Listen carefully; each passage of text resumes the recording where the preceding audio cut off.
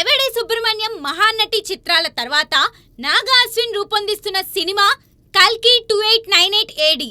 ప్రముఖ నిర్మాణ సంస్థ వైజయంతి మూవీస్ ఎంతో ప్రతిష్టాత్మకంగా నిర్మిస్తున్న ఈ చిత్రంలో ప్రభాస్ కథానాయకుడిగా నటిస్తుండగా అమితాబ్ బచ్చన్, కమల్ హాసన్, దీపికా పడుకునే, దిశా పటాని ఇతర ముఖ్య పాత్రలో దర్శనమివ్వనున్నారు. సంతోష్ నారాయణ సంగీతం అందిస్తున్నారు. వేసవి కానుగా మే 9న ఈ మూవీ రిలీజ్ కానుంది. కాగా ఈ చిత్రం 2 భాగాలుగా రిలీజ్ కానుందని ఆ మధ్య వార్తలు వచ్చాయి.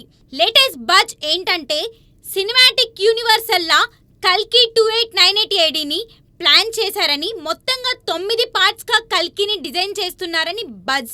తాజాగా కమీడియన్ అభినవ్ గోమాటం ఓ ఇంటర్వ్యూలో ఈ విషయాన్ని ప్రస్తావించడం గమనార్హం. కల్కి 9 భాగాలుగా రాబోతున్నట్లుగా తను విన్నానని అభినవ్ చెప్పడం ఇప్పుడు వార్తల్లో నిలుస్తుంది. సో ఇండస్ట్రీ వర్గాల సమాచారం ప్రకారం కల్కి సినిమాటిక్ యూనివర్సల్ గా అలరించబోతున్నట్టే. కల్కి 2898 ఏడి విడుదల సమయం దగ్గర పడుతుండటంతో యూనిట్ ప్రచార పర్వంపై దృష్టి సారిస్తుంది.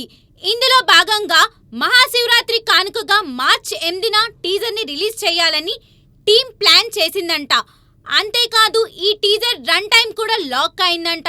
83 సెకండ్ల పాటు, అంటే 1 నిమిషం 23 సెకండ్ల పాటు ఈ టీజర్ సాగుతుందంట. అదే విధంగా గ్లిమ్స్ ని మించిన కంటెంట్ ని ఇందులో పొందుపరిచారంట.